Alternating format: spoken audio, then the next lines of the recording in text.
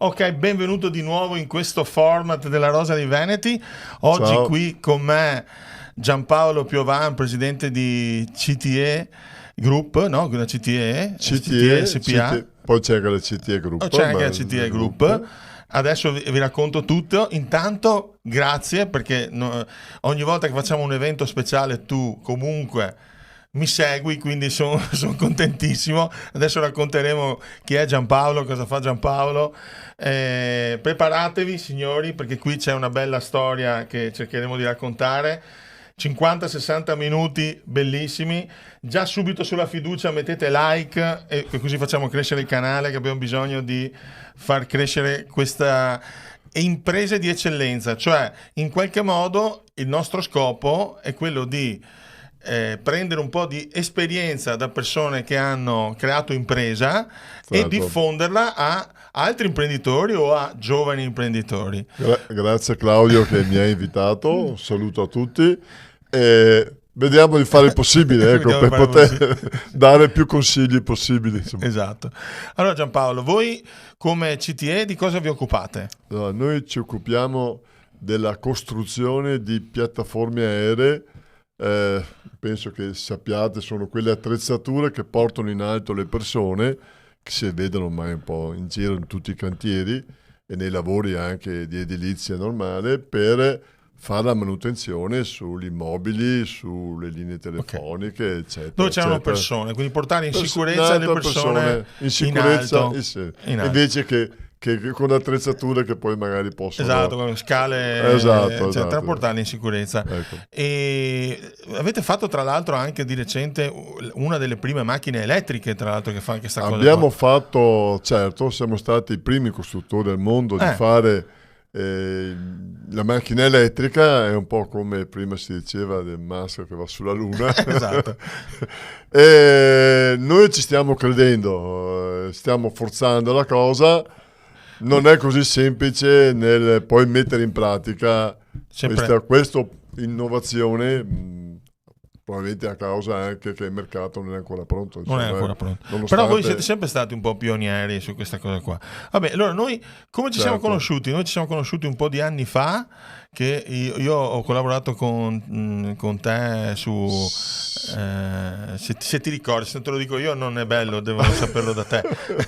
È quello no, che ti ricordi. abbiamo lavorato bene, penso 20 anni fa ormai, Sì, sì, ormai sì. 20 anni fa, mi ricordo la festa della Vempa Esatto. dei 20 anni che abbiamo fatto dei numeri Importante, 2500 importanti, persone una in due roba, giorni, due la prima giorni, festa del noleggio in Italia. esatto, Perché tra l'altro Giampaolo, oltre a occuparsi di far costruire queste gru con CTSPA, c'ha anche sì. sempre lavorato con aziende nel mondo del Sì, noleggio. la mia storia è in questo mondo qui, nel mondo delle attrezzature che portano in alto le persone.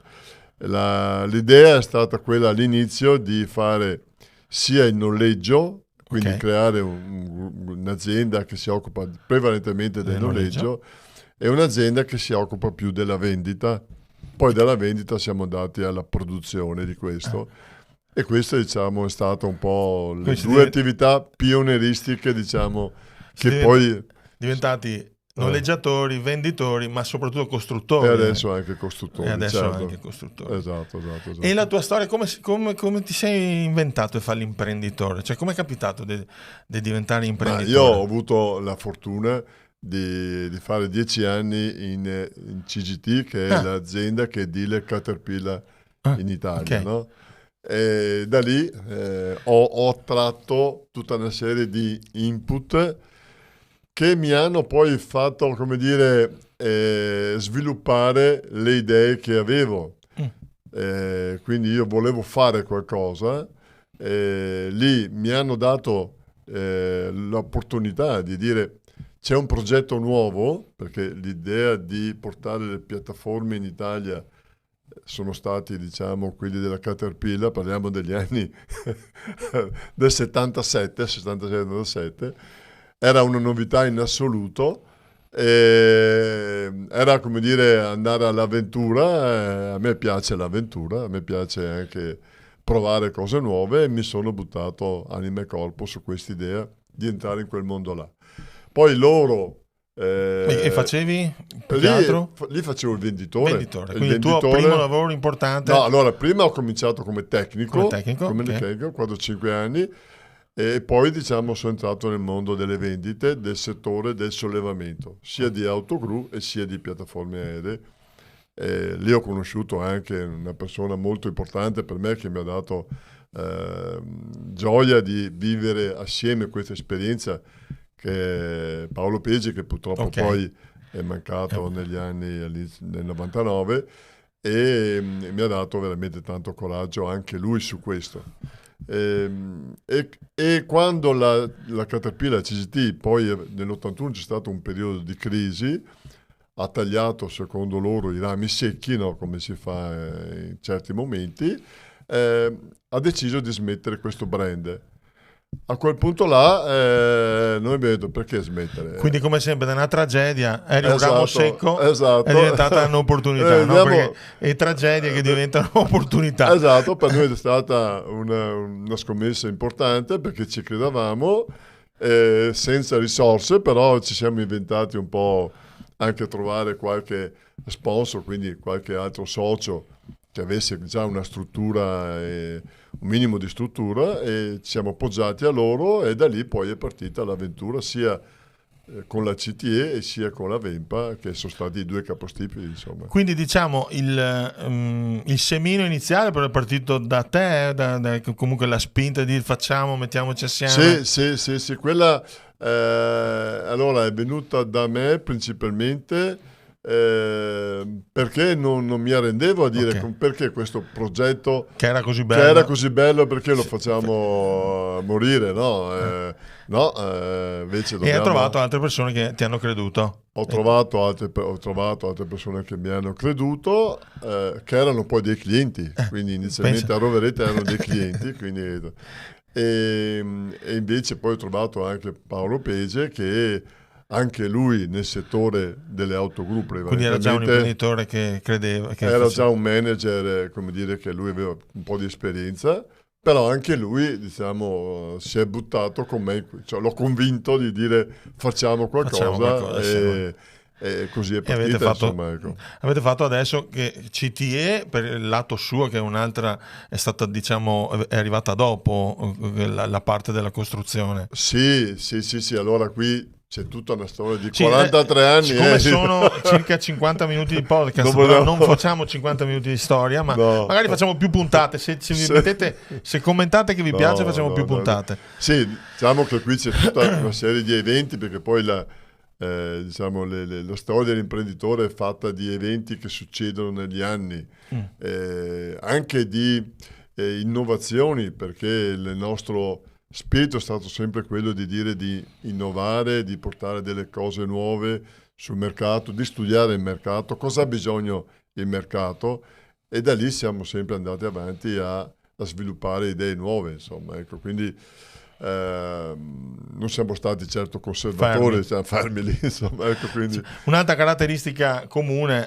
ogni volta che facciamo le interviste, è sempre l'aspetto innovazione. Infatti dopo ti farò delle domande specifiche sull'innovazione, ma l'imprenditore di natura è un curioso, un innovatore, se non va là, se non va a esplorare terreni che nessuno conosce, poco è dell'opportunità. L'imprenditore deve essere una persona che è curiosa, senz'altro, non può non esserlo, perché se no non è imprenditore, secondo me.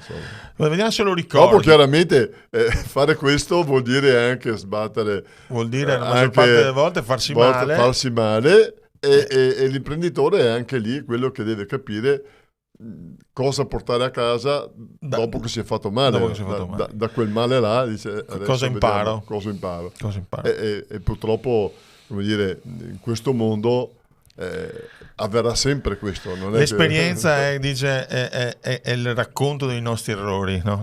Fare esperienza e fare errori. Certo. E ti ricordi, così vediamo un po' una cosa così, qual è stato il tuo primo grande affare, quando è partita sta cosa qua, quando hai detto qua siamo riusciti a fare la prima fattura, il primo lavoro? Ti ricordi che c'è stato celebrato? Perché qualche volta qualcuno, io ho visto, ha messo in cornice la prima fattura che ha fatto.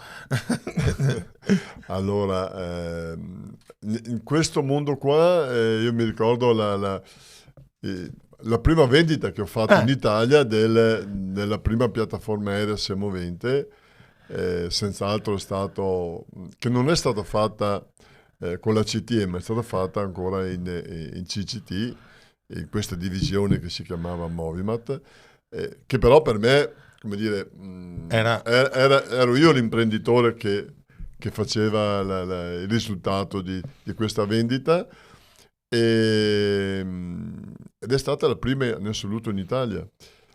Ma il bello di questo era che l'imprenditore con me ci ha creduto. E il bello di questo, che mi ha dato l'input poi di seguire, dopo 6 mesi che l'ho rivisto, sai che sono arrivato in ritardo. Allora lì mi è scazzato il cervello, come in ritardo. Quindi vuol dire che il mercato era pronto per recepire questo tipo di attrezzature qua. Bastava solo spingerle. E da lì è partito poi tutta una serie di idee che poi, se volete, vi racconto, ma le prossime puntate, oppure quando volete.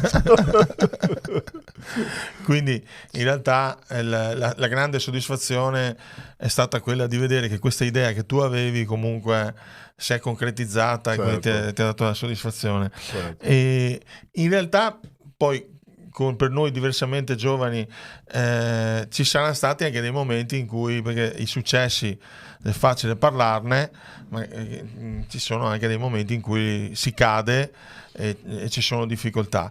Quello che a me interessa, al di là del fatto, interessa capire che strategie usi mentali, come approcci quando sei in difficoltà, cioè cosa cerchi di fare quando cerchi di superare un impasse. Hai un tuo rituale, hai una tua modalità?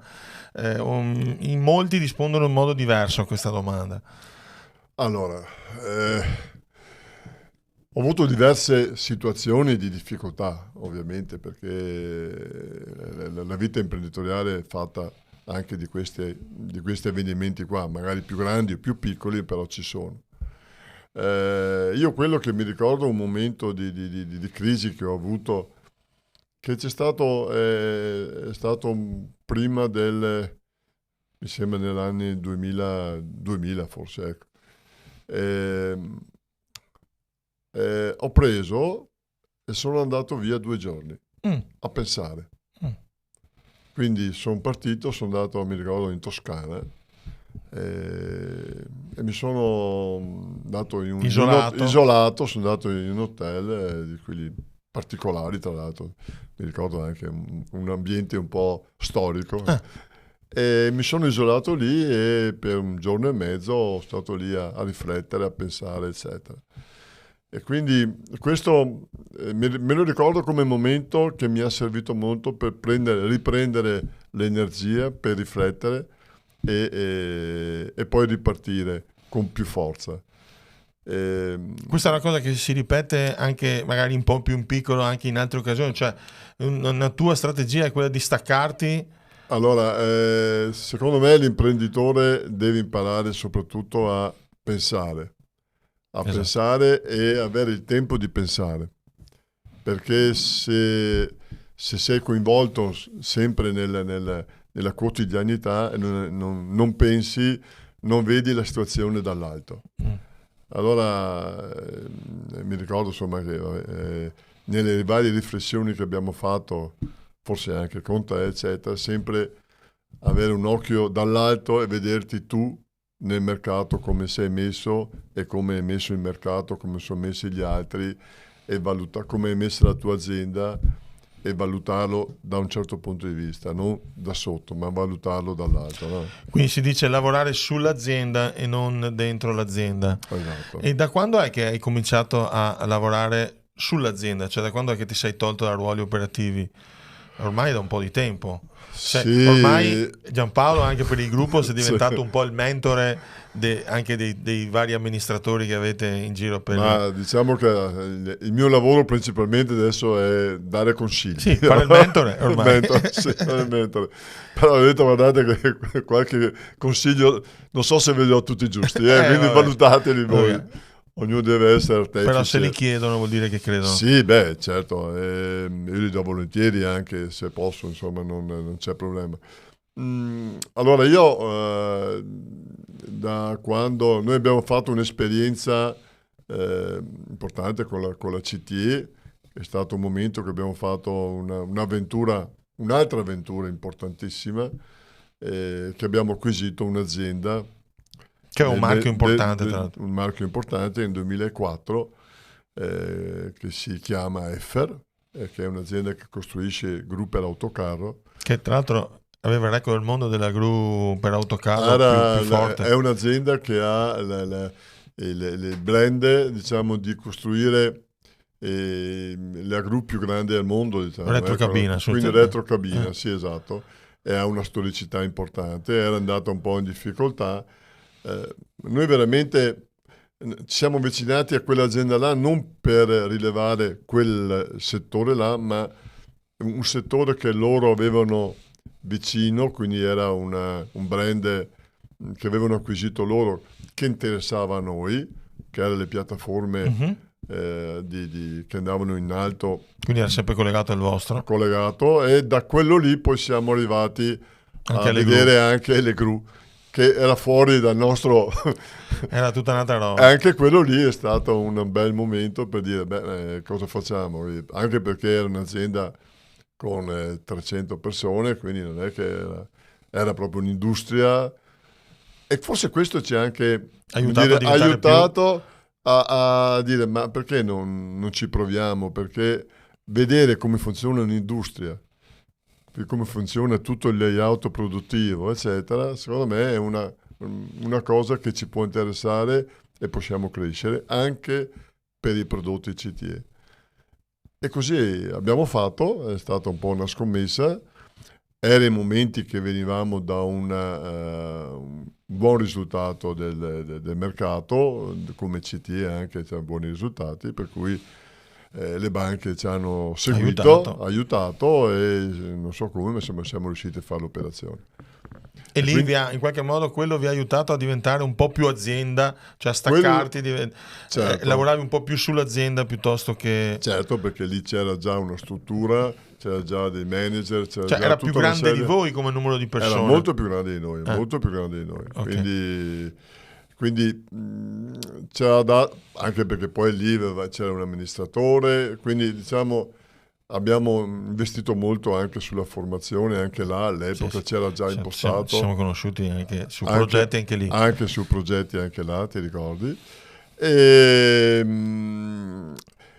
lì ho lavorato, diciamo, abbastanza direttamente, seguendo l'area più che altro commerciale e marketing, mentre il socio Lorenzo Cipriani era più nell'area finanziaria e barra produttiva, ma diciamo più finanziaria, diciamo, amministrativa.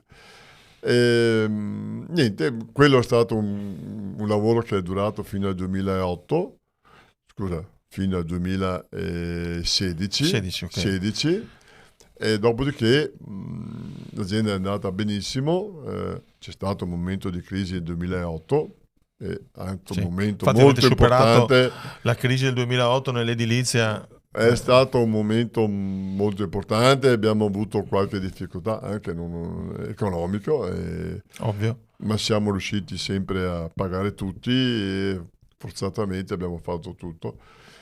E, grazie anche un po', penso io, alla nostra tenacia nel voler portare a casa i risultati, e quindi questo qui ha fatto sì che poi l'azienda dopo la crisi è andata bene e doveva crescere ancora molto molto molto di più per diventare un player mondiale. Abbiamo trovato il secondo gruppo al mondo che fa questo tipo di attività qua, e ci hanno offerto di rilevare l'azienda per portarla ancora più in alto, e noi a quel punto là ci abbiamo creduto in questo progetto, abbiamo ceduto l'azienda e ancora dopo siamo stati lì qualche anno e poi Diciamo, abbiamo la roba chiuso. interessante è che un'azienda più piccola compra un'azienda più grande credendoci. Sì, sicuramente i dati c'è, cioè, avevate fatto un po' di risultati come Certo. azienda, però buttarvi su una sfida del genere, poi mettervi a fare un lavoro con un prodotto completamente sconosciuto, poi riuscire a gestire due aziende, perché comunque avevate anche l'altra. Certo, sì, è stato La caratteristica, ancora una volta, che vedo è stata quella di dire proviamoci, non molliamo. certo. E dicevi prima, vedere un'azienda strutturata ci ha fatto capire ma perché non poter diventare, quindi anche qualche volta pensiamo in piccolo e non crediamo che in realtà si può fare. Quante volte l'imprenditore si autolimita. Certo. Invece per voi è stata un po' un'occasione per dire no, ma mi metto alla prova. E ha funzionato. Poi vi ha anche premiato, perché nel senso che poi l'azienda siete riusciti a venderla e a fare. Diciamo allora, anche se adesso mi raccontavi una storia triste, che questa azienda bella italiana. Esatto. Sì, no, allora noi fino in ultima eravamo veramente, siamo stati lì per dire di cedere, perché era purtroppo a volte nelle aziende ci si innamora dell'azienda e invece no, non va bene, non c'è il coinvolgimento emotivo. Nel bene o nel male va evitato. Va bene, come dire, sì, valore, va bene, sì, essere come orgogliosi dell'azienda, ma innamorarsi dell'azienda è sbagliato. Può essere un rischio. Perché può essere un rischio. Però dopo, poi alla fine abbiamo creduto, perché quello che era importante per noi, sia per me, era la continuità aziendale. Questo era anche perché c'erano in difficoltà famiglie, quindi avete un po' preso. Insomma, abbiamo fatto un bel risultato, il mercato ce lo riconosceva, era in spinta, una crescita enorme, perché l'abbiamo presa che faceva 30 milioni, l'abbiamo venduta a 82 milioni, quindi però, più del il doppio. fatturato, quindi diciamo è stata una bella soddisfazione. Però ecco, sì, ecco, e dopo di questo evento qua siamo spostati più in CTE, e chiaramente in CTE abbiamo cercato di trasferire tutta l'esperienza che abbiamo avuto con la EFER, e adesso stiamo cercando di portarla anche la CTE, diciamo, a un certo livello industriale importante, insomma, ecco, quindi. Adesso tu con tutta questa esperienza, con più aziende eccetera, hai avuto a che fare sempre con tantissime persone, anche tantissimi soci, con i soci diversi. Come fai a gestire il rapporto con i soci anche quando c'è normale che sia magari differenze del pensiero su come affrontare qualcosa? In che modo tu, tra virgolette, negozi o gestisci i conflitti? Perché sono anche normali, perché io ho un'idea, tu ne hai un'altra, però siamo in società, quindi. Ma io ho avuto allora, dal punto di vista così, come dire, psicologico, no? È stato un po' fin dall'inizio che mi sono allenato su questo. Perché? La mia attività è stata fare quella del noleggio, vendita. Allora, il noleggio e la vendita sono due attività che vanno in contrasto. Sì, perché chi vuole fare il noleggio spinge per fare il noleggio, deve spingere per fare il noleggio. All'inizio non era così. All'inizio era D9, no? Dimostrazione, noleggio, vendita. Poi noleggio e vendita, poi vendita per conto proprio e noleggio per conto proprio. Quindi io mi sono trovato in questo conflitti di interesse, di interesse da gestire, e ho cercato, perché infatti a un certo punto dell'attività tra Vempa e CTE abbiamo diviso, CTE è andata per conto suo e Vempa è andata per conto suo, proprio per sviluppare, per concentrarci meglio su questo. Però è chiaro che il venditore che va a fare il noleggio dice al cliente: non sta a acquistare perché ti do il servizio. Certo. Chi invece fa il venditore che fa la vendita non sta a noleggiare, guarda che risparmi in questo modo. Quindi questo contrasto, questi conflitti, diciamo, ho imparato. Cioè, ce li avevi insiti nel modello del business. Dopodiché, io penso di aver sempre avuto rispetto per il pensiero delle persone. Io penso che ascoltare le persone e rispettare quello che sono le loro idee, parlando, come dire, in modo reale, in modo sincero, è stato quello che mi ha sempre aiutato nell'avere un buon rapporto con tutti. Quindi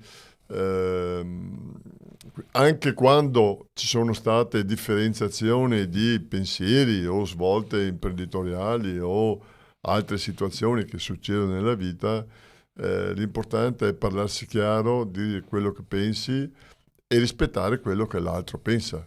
E quindi un conto è il rapporto di lavoro, tra virgolette, no? E un conto è il rapporto personale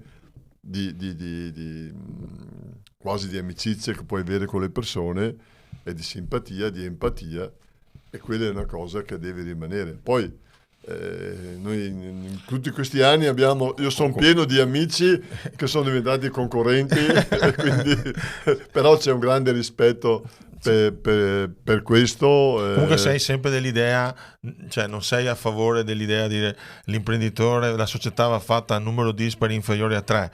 No, comunque, perché hai sempre fatto aziende con più persone, quindi hai visto che c'è stata comunque ricchezza nell'unire più persone assieme. Ma allora, ci sono tanti imprenditori che la pensano diversamente. Io invece penso che un'azienda, un'impresa, se è fatta anche da più di uno, può avere anche qualche più chance di pensare anche in modo diverso, di avere anche più continuità, perché insomma, bene o male uno non può esserci sempre, e quindi io non sono per quello che ha l'azienda in mano lui, gestisce lui, fa tutto lui, eccetera. Mi è sempre piaciuto anche un po' delegare, perché l'imprenditore non è quello che fa, ma è quello che fa fare agli altri. E la parte più difficile è quella. La parte più difficile è quella, e mi anticipi una domanda importante proprio sul team.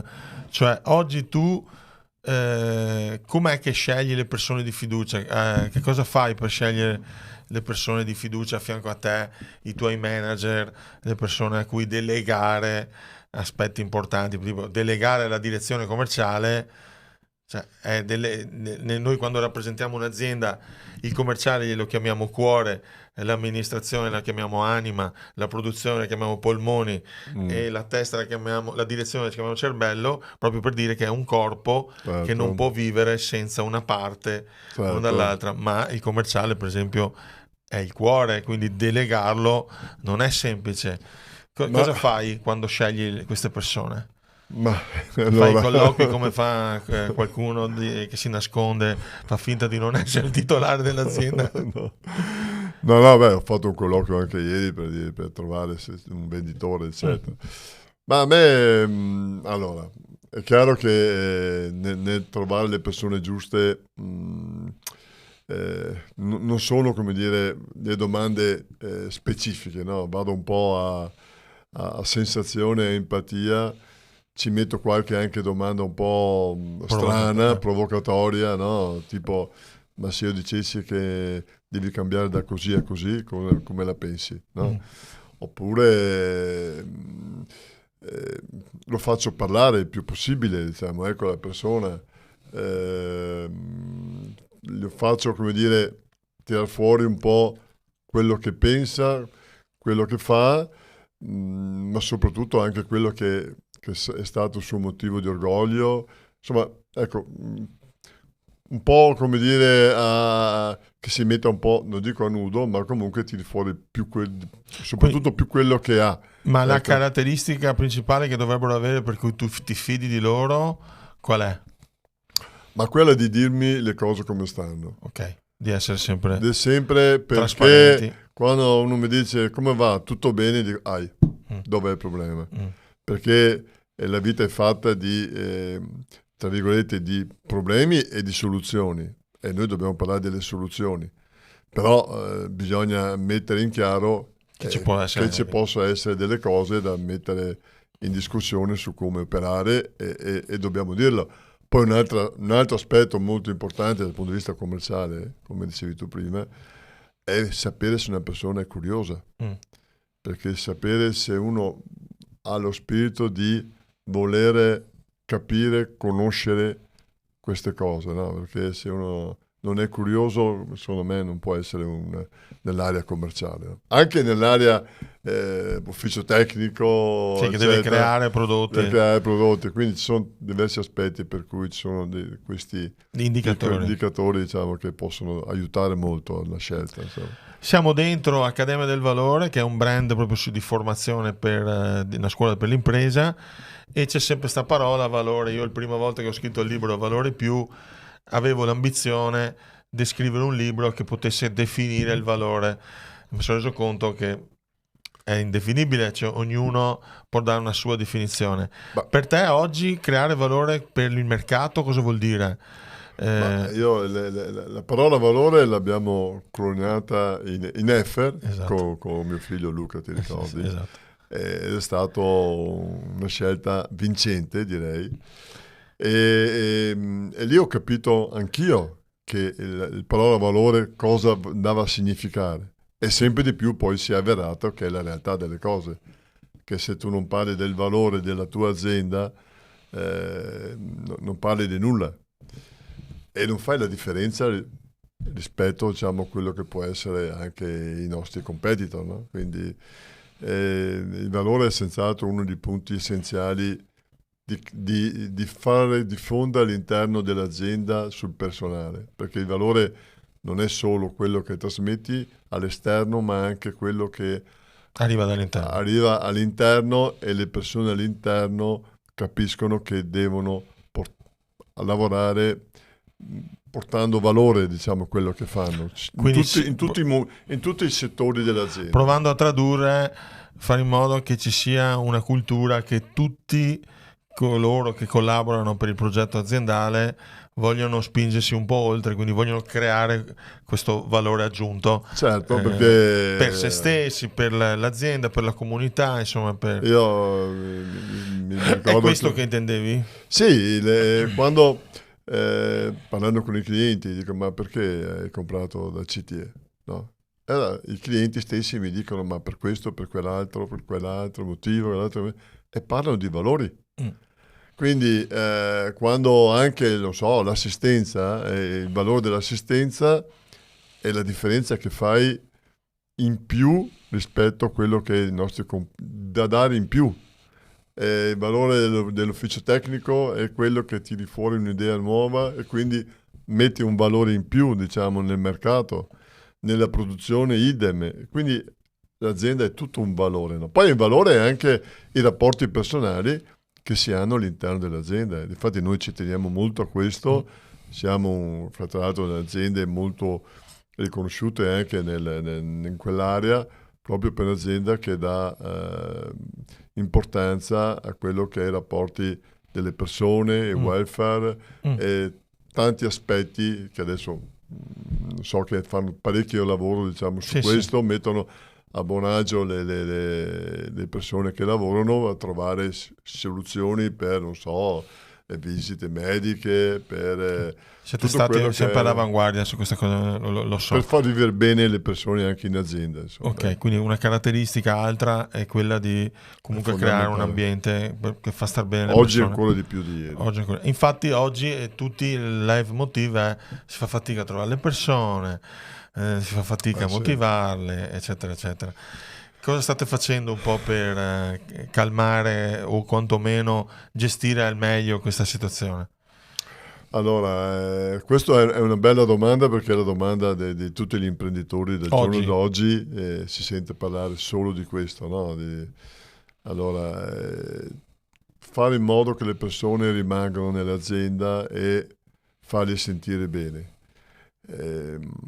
Penso che più di una volta bisogna parlare con le persone, bisogna parlarci, capire le loro esigenze, vedere di trovare delle soluzioni, fargli come dire, coinvolgendoli anche nell'attività dell'azienda, coinvolgendoli nei progetti dell'azienda, fargli capire anche dei ruoli che possono, come dire, crescere nel tempo all'interno dell'azienda.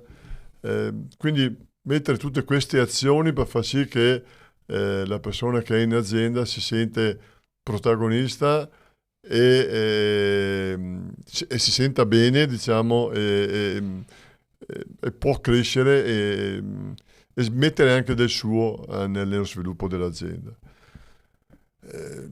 Penso che questo è uno degli aspetti che si veda fuori, che aiutate le persone a far esprimere il loro, a farsi sentire, insomma, soddisfatte di quello che fanno. Quindi certo, che non è solo faccio le ore perché ho un stipendio, ma sto contribuendo. Non è più l'aspetto economico che magari era qualche anno fa, perché quando un'azienda va bene, eccetera, come dire, i compensi sono abbastanza remunerati nel modo corretto. Dopodiché la differenza la fa appunto il welfare dell'azienda. La capacità dell'ambiente di riuscire a creare. Certo. Quanto per te oggi è facciamo un giochino che si chiama sottovalutato o sopravvalutato. Quanto oggi per te in impresa è sottovalutata la formazione o sopravvalutata? Allora, io sulla formazione credi da sempre? Ci ho sempre creduto. Quindi per te è sottovalutato? Fin dall'inizio ho sempre creduto in questo, e quando non l'ho fatto ho capito che sto sbagliando, no? Nel senso che cosa devo fare? Devo fare formazione. Quando vedo che le cose non vanno bene su certi ruoli, bisogna fare formazione. Ma secondo me la cosa più importante dell'imprenditore è quello di fare formazione su se stessi, prima di tutto. Perché se l'imprenditore non ha in sé, nel suo DNA, il progetto di crescere, di fare formazione, anche come dire, di crescere se stesso, non potrà vedere gli altri e far fare formazione agli altri. Quindi è un cammino che è continuo, diciamo, della formazione. Sai quante battaglie io faccio che mi dicono ti mando i miei? No, ma devi venire prima te. Bravo. Prima di mandare, o comunque fallo assieme. Certo. Non può esistere che l'imprenditore manda i suoi uomini e lui non fa formazione. Anche perché poi io, quando mi arriva un ragazzo che è stato mandato, io dico sempre, dopo tu torni in azienda e sei frustrato perché tu magari hai cercato di imparare qualcosa di nuovo, provi a farlo, ma se sopra non ci credono, fai fatica a farlo. L'imprenditore deve conoscere le cose, no? Deve conoscere quali sono i ruoli, deve saper valutare. Quindi se non è formato lui in tutti i ruoli dell'azienda, quindi come fa a capire le scelte che deve fare, no? Quindi deve essere formato, deve continuare a formarsi, perché poi il tempo cambia. I tempi cambiano, quindi bisogna le esigenze anche che hai a 30 anni non sono quelle che hai a 50. Quello che era, non so, il modo di... Io mi sono preso la briga di rileggermi i corsi di formazione degli anni 80. Quello che scrivevamo là non è più... Mi ricordo con la Galga, no? Mi ricordo abbiamo fatto. Alcune cose sono ancora valide. Altre chiaramente sono un po' superate, chiaramente all'epoca non c'erano certi mezzi di comunicazione, adesso ci sono i mezzi di comunicazione completamente diversi, bisogna sfruttarli al massimo, però non bisogna anche mettersi in discussione su quali sono certi valori, torniamo ai valori, che invece fanno ancora la differenza. E quindi su questo l'imprenditore deve continuare a riflettere e quindi a formarsi e quindi a mettersi in discussione. Crescere. Sottovalutata o sopravvalutata l'innovazione, secondo te, nelle aziende? Ne abbiamo fatto anche un format specifico con un collega esperto in innovazione e spesso si innova purtroppo troppo tardi, cioè quando che c'è il problema, no? Invece dovrebbe essere una mentalità normale, cioè dovrei sempre pensare a cosa faccio fra 5 anni più cosa faccio adesso. Come caratteristica, da quello che ci hai detto prima, sei sempre stato un innovatore, hai sempre tentato. Ma secondo te oggi è sottovalutata per gli imprenditori o è sopravvalutata l'innovazione? Bisognerebbe concentrarsi, rimanere stabili solo su un prodotto o bisogna costantemente pensare al futuro? Allora, anche qui dagli errori ho capito qualcosa. Questo a noi ci interessa. Certo. Cioè, è l'esperienza che ci interessa, non Allora, è che ci interessa noi- la teoria. La teoria la troviamo dappertutto. Allora, secondo me bisogna pensare sempre all'innovazione. Però attenzione a non fare troppa innovazione senza non avere i tuoi prodotti o le cose che tu fai ben consolidate. Ok. Perché se tu fai innovazione ma non sei consolidato, potresti fare anche degli errori. E noi questo, per esempio, l'abbiamo fatto. Abbiamo messo anche troppa innovazione, Dimenticandoci diciamo, di restare concentrati su certe cose. Allora bisogna avere un po' non dico il piede su due staffe, però avere, diciamo, una visione che dice sì, cerco di concentrarmi su quello che faccio, però metto una pedina avanti su quello che potrebbe essere la ricerca e dell'innovazione. Insomma. No, più che su due staffe. Innovazione, parlo anche di innovazione di valutare il mercato, innovazione in termini generali, in generale, non solo di prodotto. Certo. Non è due staffe, è lavoro prima per consolidare una base, questa base magari mi aiuta a finanziare anche lo sviluppo. Tante volte siamo più orientati a fare sviluppo. Mi viene un po' la metafora che le aziende che vogliono fare sempre clienti nuovi e non si preoccupa più di seguire i clienti che hanno, quindi sono sempre più orientate, facciamo clienti, facciamo mercato, facciamo penetrazione e poi nel frattempo si perdono i clienti che hanno. Guarda, sono in linea su questo discorso perché... Quindi è meglio dire tanto dobbiamo campare bene con i clienti che abbiamo, poi se siamo bravi con quei soldini investiamo e facciamo altri clienti e quindi campiamo bene con i prodotti, con l'innovazione, con la struttura che abbiamo, perché spesso giustamente ci si sbilancia, quindi o non si fa niente, che c'è anche che è sbagliato anche quello che non pensa mai ai clienti nuovi, al futuro. Certo. Ma tutte e due interessante. Il marketing secondo te è ancora sottovalutato o sopravvalutato? Perché negli ultimi anni tu ti parla del marketing. Quando io ti parlavo del piano del marketing, facevamo i piani di marketing 20 anni fa, eravamo i precursori a scrivere un progetto, a decidere cose. Adesso anche l'ortolano fa il marketing. Però è sopravvalutato o è sottovalutato secondo te? Diciamo che forse non è proprio conosciuto al 100%. Ok, ancora te mi dimostri sta roba, perché dicono tutti, la maggior parte delle persone pensano al marketing come la pubblicità, forse, i social oggi. Ma diciamo, il marketing è che una volta, diciamo, c'era le vendite e poi c'era il marketing, no? Il marketing era, era i Deplian, no? Esatto, era la brochure. Adesso secondo me il marketing dovrebbe dominare quello che è l'attività commerciale, Sì. Perché è la conoscenza del mercato che fa sì che puoi fare le azioni commerciali le varie azioni commerciali. Quindi è una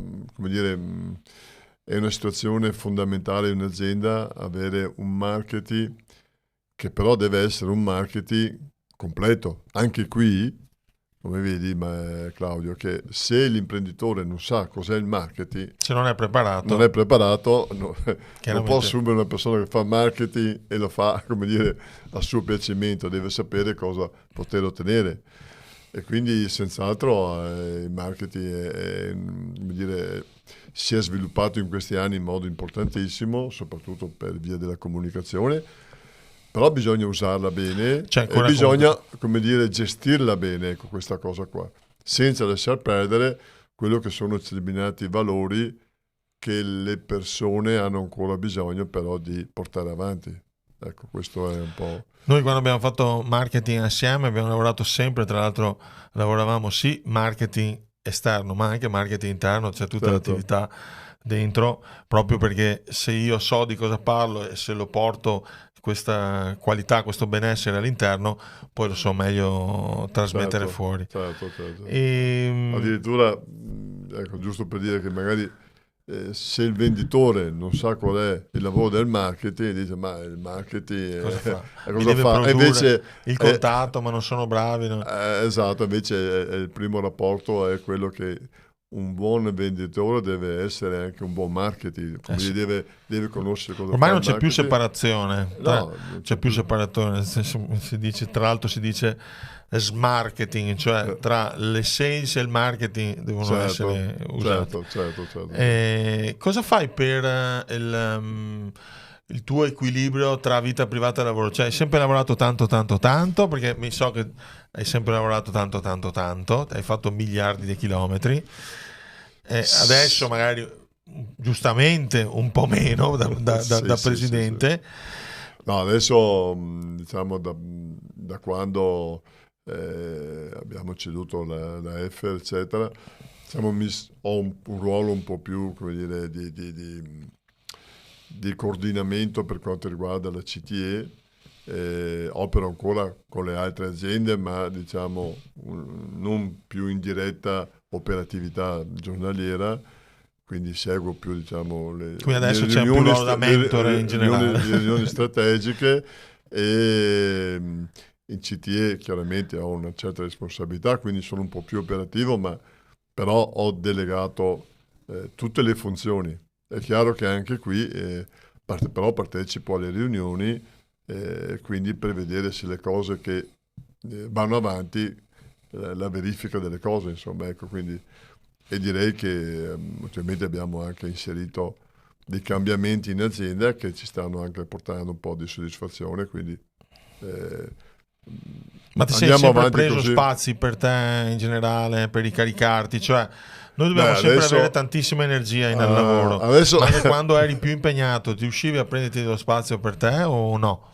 allora, sì, nel senso, allora, sì e no, ma a parte che l'energia l'ho sempre presa dai clienti, no? Perché Mm. parlando con i clienti mi ha sempre dato tanta energia, tante idee, Quindi ti ricaricavi mi andando a fare il ricaricavo, lavoro? eccetera. Forse anche troppo.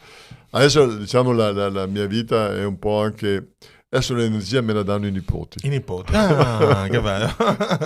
Che ti impegneranno perché E bisogna quindi... portarli di qua, portarli di là. Esatto. Adesso la soddisfazione che ho è quella che ho, diciamo, poi a parte i figli, chiaramente il ruolo familiare sta diventando ancora più importante per me e diciamo, però ecco, se parli di energia, senz'altro i nipoti sono Ti una cosa ricarica. incredibile che purtroppo negli anni, quando avevo i figli, Non li hai seguiti non li ho così. seguiti in questo modo qua, quindi non li ho Ti stai potuto godendo un vedere po' più godendo. i ragazzi Esatto, giovani. esatto. Tuoi figli non c'è un cambio generazionale, giusto? Non c'è che ci sono figli in azienda, no, non mi risulta oggi. No, Quindi hanno scelto altre i miei strade. figli hanno scelto altre strade, diciamo strade che li gratificano, quindi Quindi sono sono tutti contenti. manager o imprenditori, anche uno imprenditore, mi Sì, pare. uno è anche imprenditore nel settore Eh, immobiliare,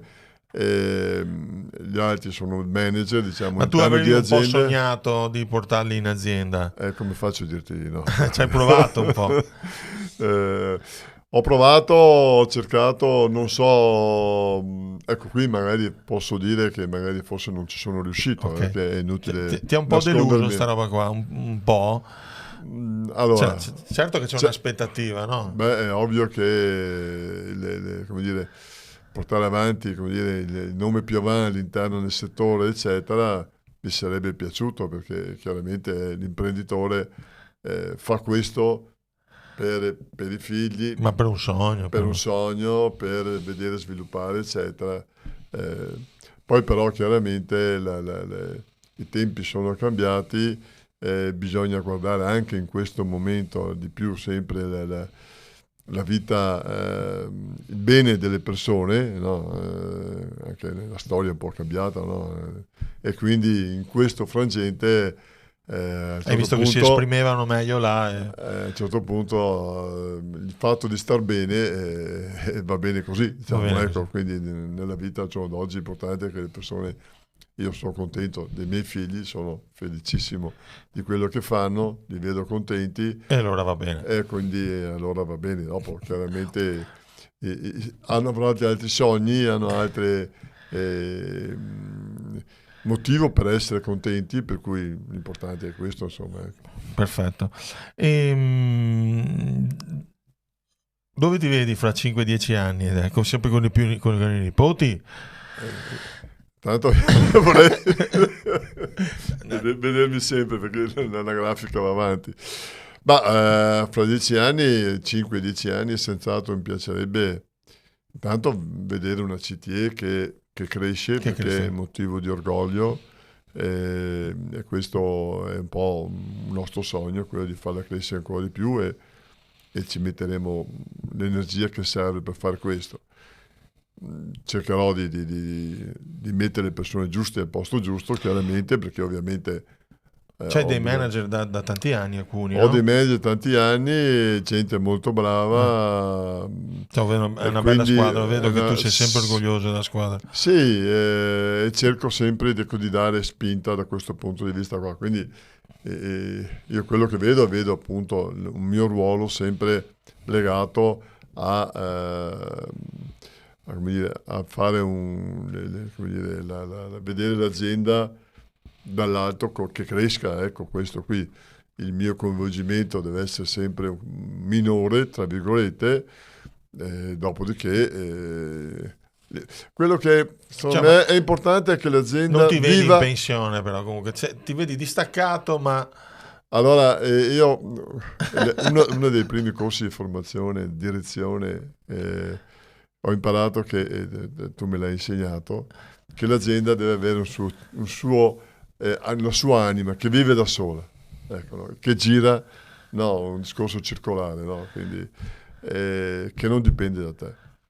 E quindi l'obiettivo è di vedere questo circolare di azioni, di funzioni, per far sì che le cose vadano avanti da sole. indipendentemente da te. Indipendentemente da te. Se riesci a fare questo, diciamo chiaramente, puoi dire di essere un po' soddisfatto, ecco. Non tanto, ma un po' soddisfatto. Ascolta, ultima domandona per finale, siamo già arrivati a un'ora, quasi, sono 55 minuti. Mi hai coinvolto in modo incredibile su questa discussione. Ti ho fatto domande strane, vabbè, ma comunque, tanto tu, come dicevo prima, se uno si prepara tutta la vita, quando gli arriva anche la cosa strana è preparato, quindi sei preparato. A un giovane imprenditore, a un giovane Giampaolo che doveva partire, con tutto, che cosa diresti oggi con il tuo senno del poi, cioè nel senso con la tua esperienza? Ma io a volte sento parlare anche i giovani imprenditori, eccetera, no? Allora, dice, ma adesso è più difficile di una volta, no? Adesso, certo, non so se è più difficile o più facile di una volta. Magari era più facile una volta vedere le cose in modo semplice. Adesso sono un po' più argigolate, un po' più... sembra che il mondo sia quasi tutto fatto. Se uno gli viene un sogno o gli viene un'idea, secondo me è giusto esplorarla. E nell'esplorarla, una volta che lui ha preso, dice ma questo qui potrebbe andare bene, secondo me è giusto provarci.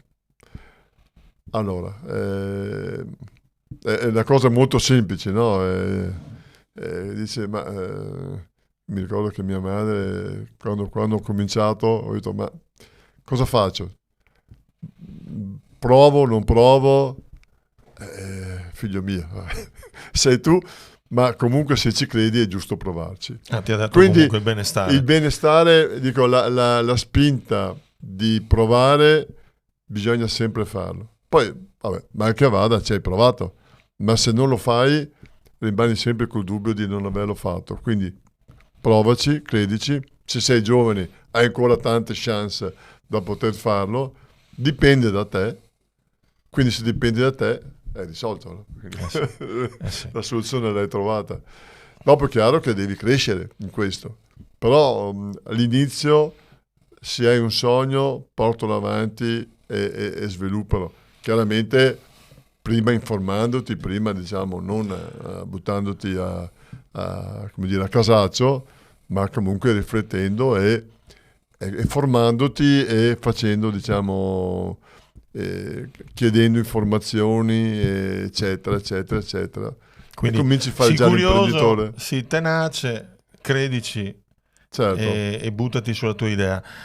Ti faccio una domanda che era da fare all'inizio, ma l'imprenditore si fa per che motivo? Probabilmente perché non si ha voglia di avere qualcuno che ti comanda, qualcuno dice avere capi, perché si ha un sogno, quindi si vuole creare qualcosa che non sia, e perché anche magari si vuole avere un livello economico migliore della media, come non permettersi queste robe Tu qua. vuoi sapere qual è di Secondo questi me, da tre, quello che qual mi è hai il detto- primo? Secondo me, da quello che mi hai detto, è il sogno, cioè è il sogno, è Bravo. quello che ti ha sempre spinto, eccetera. Quello che spinge. Però volevo finire con questa cosa qua perché si collegava a questo del giovane te. Senz'altro l'imprenditore non è quello che pensa se ha una persona sopra di lui oppure se ha da guadagnare tanti soldi. Oddio, se nel sogno ci mette anche un po' di guadagno economico, magari per il sogno di far star bene la famiglia, Certo, eccetera, quello va bene.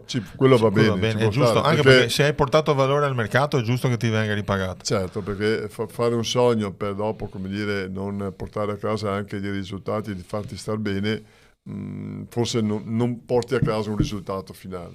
Quindi, prima di tutto il sogno, ma anche un sogno che sia costruttivo per poter portare a casa anche dei bei risultati. Grazie Giampaolo, siamo arrivati a un'ora.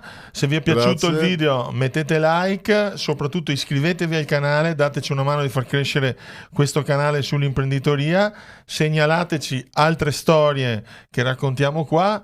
Giampaolo, sei grazie- sempre un grazie, nostro Claudio. tifoso, un mio tifoso, perché ogni volta che Certo. faccio un'iniziativa ci sei. No, Ti no. ringrazio veramente tanto. Mi è sempre fatto un gran bel piacere rivederti. Sei molto bravo nel tuo lavoro, per Grazie. cui diciamo ho grande ammirazione per quello Grazie. che fai e ve lo vedo che fai molto bene e Cioè, mi sono messo a ascoltatelo, mi sono messo a fare ascoltatelo. anche l'intervistatore, L'intervistatore. perché nel mio lavoro comunque Vedi? creare cose nuove per contaminare. Certo. Grazie Giampaolo, Grazie a presto. te Claudio. A presto. Ciao, alla Salve. prossima. Saluti e arrivederci a tutti.